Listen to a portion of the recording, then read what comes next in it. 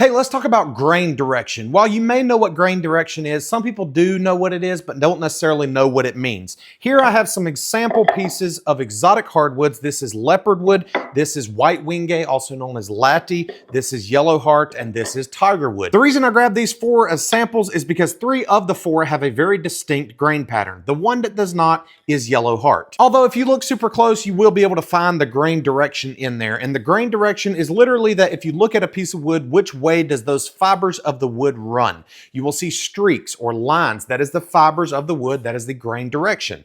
In the case of this leopard wood, it is kind of funky looking, but you can see if you look past the kind of leopard spots, if you will, that the grain direction runs this way. The tiger wood, you have the streaks running up and down here. And then even on the latte, even though this is a more of a swirl, if you will, the grain direction generally is running this way. Now with these woods, what that means is that the log of the tree was like this. So when this was a tree before the wood was cut, this is how it would be. So why does that matter? In our case, all of our wood is kiln dried. And what that means is that it is very stable. It's a low moisture content. So the grain direction typically is more stable this way. So if I were to dunk this wood in water, it would be less likely to swell this way and more likely to swell up and down, out this way. Because this is end grain, this is edge grain, this is face grain, this is generally known as the long grain. Again, the end grain is what you have to worry about with swelling. Grain direction is also used in projects because when you build something, you want to make sure that if it does expand and contract with humidity changes or temperature changes, that is going the direction that you want. You can find these exotic hardwoods and many other species of many different sizes and uses on our website at legacyshopsupply.com.